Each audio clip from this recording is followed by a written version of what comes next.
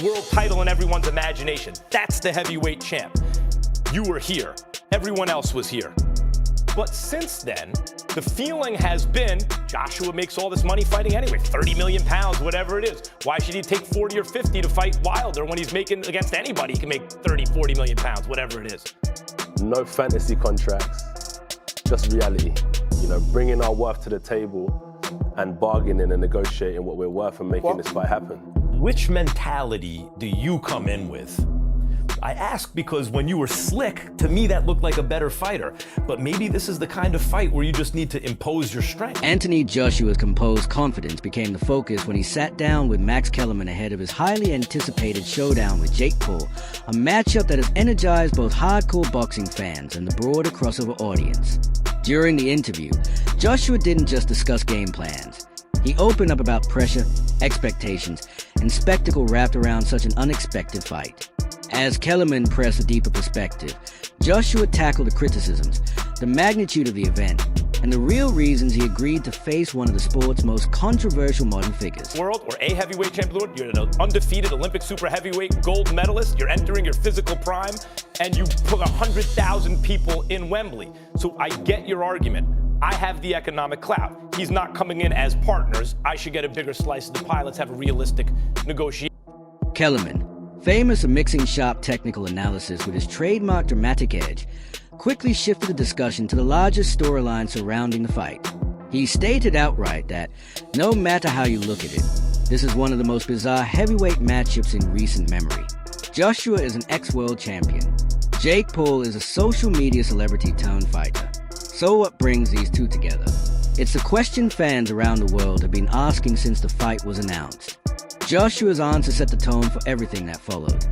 Beat a guy like that, you're not going to outbox him. If you're waiting on him and he's initiating and he's feinting you into counters and then he's When Max Kellerman pressed him on what he genuinely respects about Jake Paul, Anthony Joshua offered a measured but meaningful answer. He said that above everything else, Paul is bringing a new wave of attention to boxing. Despite coming from social media rather than a traditional amateur system, Joshua noted that Paul consistently throws himself into deep waters, willingly taking on huge challenges most newcomers would never consider.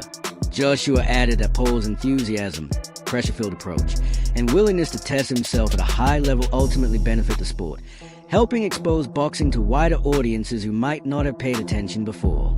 Hitting Jake Paul, does he remind you of any guy that you fought before? Or is this a unique situation that you've never come across? Very unique situation I've never come across, but treat him with the same respect that I give all my competition. So you got the mental fortitude, he's got the mental fortitude. But what's the one best thing that you pride Jake Paul of having that maybe you haven't seen in other competition you faced so far? From a physical aspect, I couldn't even mention it at the minute. But from a mental aspect, he offered me to fight. Normally I'm offering people fights. He's told me, come and fight. So he believes in himself. What does the word legacy mean to you, AJ? Legacy, what does it mean? This is why I was actually asking someone, what does legacy mean? I don't even know.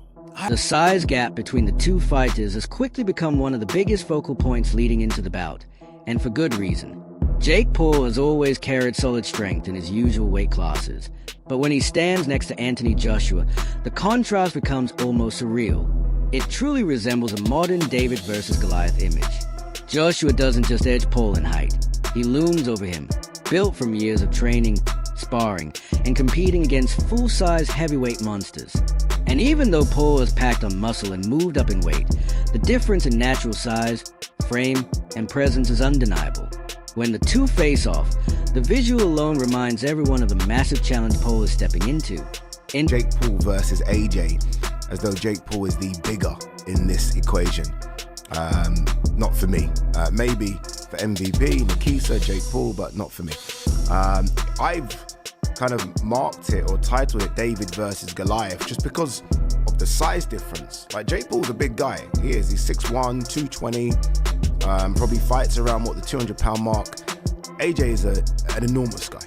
Like, he's a big unit. And I think Jake realized that when they came face to face. I don't know if that was the first time they've ever come that close. I'm sure they've met behind the scenes, but I think there was a realization from Jake Paul, like, fuck, this is a big dude.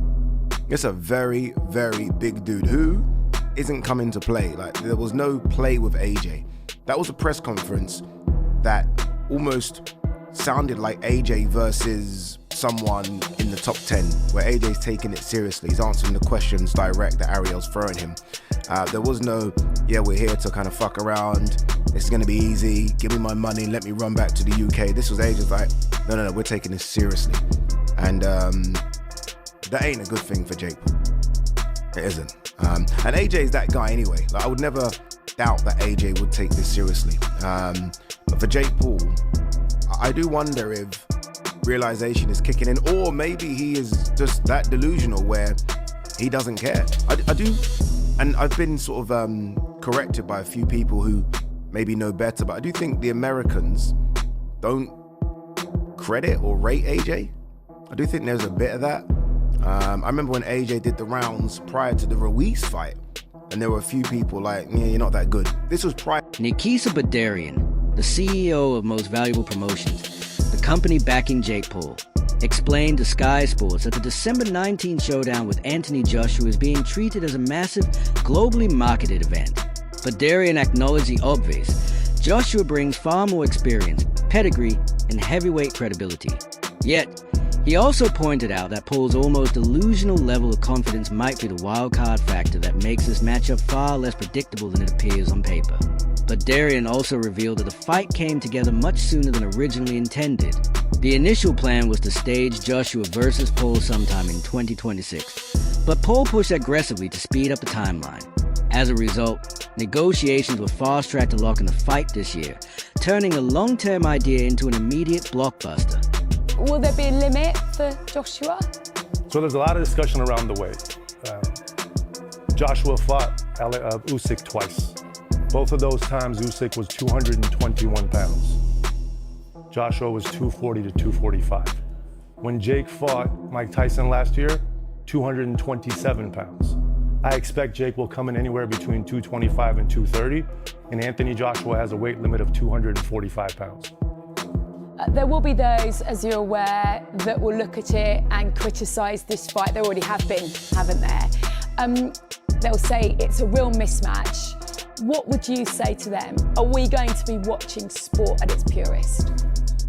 I would say it's much less of a mismatch than what you saw with AJ and Francis Ngannou, who a massive man, but relatively no boxing experience. I would say it's much less of a mismatch than AJ's 9th or 10th fight against guys who've been knocked out 20 to 25 times. Given AJ's pedigree, Jake is built for this. Jake is built for the big moments. So do I think it's dangerous for Jake Paul? Absolutely. Do I think it's also dangerous for Anthony Joshua? Alexander Usyk hasn't held back when giving his take on the Anthony Joshua versus Jake Paul matchup. In his view, the fight is completely lopsided. Usyk compared Joshua to a Rolls-Royce and Paul to a basic Fiat, his way of saying the two fighters aren't even in the same category. According to Usyk, the difference goes far beyond popularity. It's about skill, experience, conditioning, and years spent competing at the elite level. He believes Paul is stepping into extremely dangerous territory by facing someone with Joshua's pedigree, and that the physical and technical gap between them makes the matchup overwhelmingly one-sided. Anthony Joshua is Olympic champion. Yeah. First. Jake Paul is, sportsman, YouTuber, showman. Rolls Royce, yeah. Listen, it's true. I'm not. Oh my god. I have nothing better in mind. Yeah. It's just true. It's business, more money. Only this. So we need to pray for Jake Paul. Yes. I will pray Jake Paul because I want to fight with Jake Paul in octagon. Yeah. Do you think that Joshua should be fighting Tyson Fury next year? I want this fight. Yeah, I fan. Former Olympic boxer Tony Jeffries offered a different perspective on why Jake Paul shouldn't be written off so easily. He pointed out that Paul has access to virtually every tool a top-level fighter could need: elite coaches, high-end strength and conditioning teams, sports psychologists, expert nutritionists, and top-tier sparring partners. With the financial ability to build a flawless training camp, Jeffries argued, Jake isn't cutting corners, he's investing in the best version of himself. Jeffries also emphasized that Paul understands the magnitude of this matchup. Knowing this is the toughest test of his career, Jake is expected to push harder than ever in preparation. Another point Jeffries highlighted was age. In boxing, youth can be one of the biggest advantages. Younger athletes recover faster, train longer, and enter fights with more explosive energy. Paul, being a younger man, could capitalize on this edge while Joshua, now deeper into his career, may have to manage wear, tear, and recovery differently. Peel of the tape. Now looking at the age difference, we've got 28 years old compared to 36 years old. So I guess the advantage there goes a little bit towards Jake Paul. 28-year-old is better than a 36-year-old. But that being said, we've got talking about experience and everything else. What comes with being 36 years old at Anthony Joshua's level. And then like I mentioned, the heavyweights kind of seem to prime a little bit older. Now come down to the height and the weight. This is the big one. 6'1" versus 6'6". 200 pounds versus 252 pounds. We got a 252-pounder in Anthony Joshua. The reach advantage is a lot, which we would expect. Amateur fights, we can see that Jake's only had one, where AJ's had 43, but 43 of them are including at the highest level, Olympic level. And yes, he won the Olympics bloody gold medal, if I don't need to remind you. Then the pro record, Jake Paul has had 13 fights, lost 1. AJ has had 28 fights and he's lost 4 to 25 KOs. And the one person that Jake Paul lost to was Tommy Fury. Now, can we compare Tommy Fury with Anthony Joshua? Not at all. It's like night and day. So now I'm going to talk about the rules of this fight, and I'll give you my prediction, which is going to shock a lot of people after this. So, what are the rules? The bout will take place at a heavyweight, obviously. It's going to be 8 3-minute rounds. You might think, well, that's better for Jake Paul, and I'm thinking, not really, it's better for Anthony Joshua because he's just going to go all out for them 8 3-minute rounds. And imagine that, Anthony Joshua blasting at you, 6'6", whatever he is, 250 pounds, throwing big bombs at you. Anyway, both fighters will be using 10-ounce gloves for the duration of the contest. Why have they got that? It says both fighters will be wearing 10-ounce gloves for the duration of the contest. What do you expect? Them to take them off halfway through and switch them to 12s? But I guess these days, anything happens in boxing, right? The boys will follow similar rules to Jake Paul and Mike Tyson in November, but that fight was 8 2-minute rounds and 14-ounce gloves. Not similar if it's smaller gloves and 2-minute rounds. Who wrote this for the zone? It marks the first time Joshua will have contested less than 10 rounds since. Veteran heavyweight Derek Chisora has slammed the idea of Jake Paul being granted a WBC ranking, calling it an outright insult to the sport. Chisora argued that true professionals spend years grinding through tough fights to earn their positions, while Jake Paul, who has only faced non-rank opponents or fighters past their prime, will be elevated purely because of celebrity status. He accused WBC President Mauricio Suleiman of sacrificing integrity for profit, saying the move would disgrace the sport and undermine fighters who put their bodies on the line to climb the ladder. Chisora stressed that rankings must be earned through real competition, not handed out for marketing value. At the same time, a number of analysts have thrown support behind Paul, insisting that Anthony Joshua's durability has diminished and that his chin isn't the same after recent knockout defeats. However, some experts push back on that narrative, noting that losing to a fellow heavyweight like Daniel doesn't automatically translate to vulnerability against Jake Paul. They argue that Joshua still possesses elite-level skill, tremendous power, and extensive top-tier experience. According to these analysts, the talk of Joshua's downfall is overblown, and if he approaches a fight with discipline and focus, he remains fully capable of dominating the matchup. WBC have said they're going to give a cruiserweight ranking to the winner of this fight. Do you think they deserve one? I don't think so. I don't know why. It's hard enough for real athletes, for real boxers, to gain those rankings, and then suddenly this Solomon Souza decides to give double ranking because he's getting some greens in his, in his back pocket. No, that is disgrace. Anthony Yard offered a much more forceful take on the situation. He cautioned Joshua not to overlook Jake Paul and insisted that Joshua must approach the fight with full seriousness. Yard believes Paul has a real talent for generating hype and global attention, which can sometimes throw seasoned fighters off their game. According to him, Jake knows exactly how to turn a matchup into a worldwide spectacle, and that can lull an opponent into feeling too relaxed. Yard warned that if Joshua walks in too comfortable or unfocused, Paul might capitalize on that moment and catch him by surprise. AJ's laughing. Against Jake Paul, come on. If it's not, you know there's all these people say, oh, it's all fixed and all these things like that. If that's not true, AJ just go up there and punch him up, you know. But if some funny stuff happens and Jake Paul starts doing the rope-a-dope, something must be going on. But yeah, I don't think this fight's crazy. I think it's, but Jake Paul's a master at getting eyes. You know, he's been like that. He's very smart. No one cares if he loses. He's meant to lose, and they both make so much. Former UFC contender turned boxer Darren Till voiced strong support for Jake Paul amid discussions of potential fight against Anthony Joshua. Till criticized Saudi promoter Turki Al-Sheikh, calling his involvement hypocritical and dismissing him outright. He emphasized that Paul enters a fight with nothing to lose, highlighting Joshua's mental vulnerability under pressure. Till remarked that Joshua is not the strongest mentally, while Paul's mental toughness could provide him a key advantage if the bout materializes. Last Jake Paul, Anthony Joshua, as much as he's a monster, he's got a weak mind, hasn't he? So Jake could end up getting into it because Jake's got everyone eating out the palm of his hand. He's a very clever man. So you really think he's got a chance? Why wouldn't he have a chance? Look how confident he is. I mean, come on. Like, Anthony would have all the pressure in the world, and if Anthony didn't do him with the first few punches, he'd start doubting himself in his head, because that's what he does.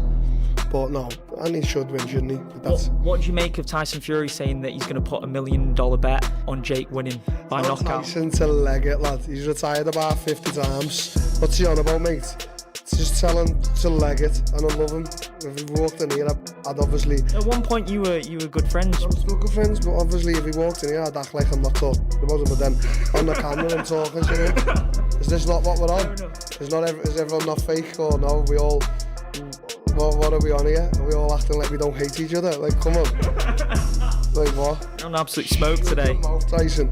Former three-weight world champion and ITV boxing commentator Duke McKenzie expressed strong criticism of the proposed Anthony Joshua versus Jake Paul fight, particularly in the context of crossover matchups. McKenzie condemned the rising trend of YouTubers and MMA fighters stepping into boxing, calling it misguided. Referencing Joshua's bout with ex-UFC champion Francis Ngannou, he warned the fight could have ended in tragedy, asserting that MMA fighters should not compete against elite boxers. McKenzie stressed that athletes should stick to their own disciplines to maintain safety and preserve the integrity of the sport.